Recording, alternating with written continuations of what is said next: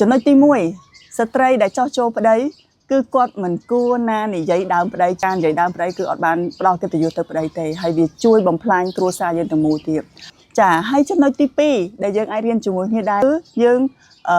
សរសើរនិងចោះចូលទៅប្តីតាមរយៈដែលយើងស្ដាប់បង្គាប់គាត់ស្ដាប់យោបល់គាត់ពេលដែលយើងមានបញ្ហាត្រូវពិភាក្សាកុំភ្លេចពិភាក្សាជាមួយប្តីយើងមុននឹងយើងសម្រេចចិត្តធ្វើអ្វីមួយ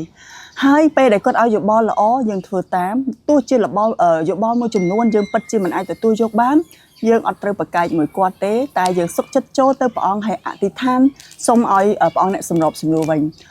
ចំណុចទី3យើងជាស្ត្រីគួរតែសរសើរហើយនឹងតែងតែអរគុណនៅអ្វីជាចំណុចចំដែលគាត់បានធ្វើសម្រាប់គ្រួសារ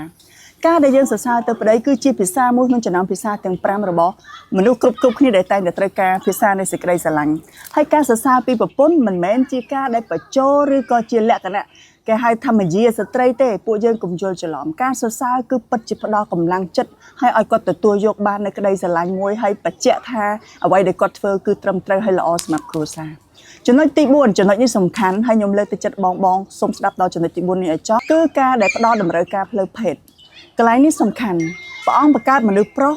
បើយើងមើលពីក្បាលគាត់វិញមកក្នុងមួយខួរក្បាលគាត់ហ្នឹងពាក្យ SEX ឬផ្លូវភេទហ្នឹងគឺសឹងតែពេញហើយសម្រាប់ស្ត្រីយើងគឺតិចអញ្ចឹងបើសិនជាយើងជាស្ត្រីអត់យល់ពីតម្រូវការគាត់ទេគឺយើងនឹងធ្វើឲ្យមានបញ្ហាក្នុងគ្រួសារហើយជាពិសេសសម្រាប់ស្ត្រីណាដែលមានអាយុចាប់ពី35ឆ្នាំហើយបរិសុទ្ធដែលចាប់ពីអាយុ40ឆ្នាំយើងរឹតតែត្រូវប្រយ័ត្នដោយសារក្នុងវ័យហ្នឹងស្ត្រីតម្រូវការផ្លូវភេទគាត់រៀងថយដែលឡែកបរិសុទ្ធគឺគាត់នៅថេរឬគាត់កើនជាងមុនតែនៅពេលដែលយើងអត់យល់ពីគ្នាទៅវិញទៅមកទេយើងធ្វើឲ្យទំនាក់ទំនងគ្រួសារយើងមានបញ្ហាជាចុងក្រោយចំណុចទី5ជាចំណុចដែលសំខាន់បំផុតដែលស្ត្រីយើងជាប្រពន្ធក្នុងការចោះចូលឲ្យតម្លៃនិងស្រឡាញ់ប្តីនោះគឺការដែលយើងអធិដ្ឋានឲ្យប្តីយើងជារៀងរាល់ថ្ងៃឲ្យទូទៅរៀងរាល់ព្រឹកព្រលឹមឬក៏មុនពេលគេងពេលយប់ខ្ញុំតែងតែលុតជង្គង់ដាក់ដៃខ្ញុំអធិដ្ឋាននៅចុងជើងជូនគាត់ជារៀងរាល់ថ្ងៃហើយខ្ញុំអធិដ្ឋានសម្រាប់ឲ្យគាត់ស្រឡាញ់ព្រះថែមមានប្រាជ្ញាអធិដ្ឋានទាំងការងារអធិដ្ឋានទាំងតំណែងជាមួយនឹងមនុស្សទាំងអស់អធិដ្ឋានគ្រប់ផ្នែកគ្រប់អ្វីដែលគាត់ធ្វើការហើយខ្ញុំឃើញព្រះអង្គធ្វើការមែនទែន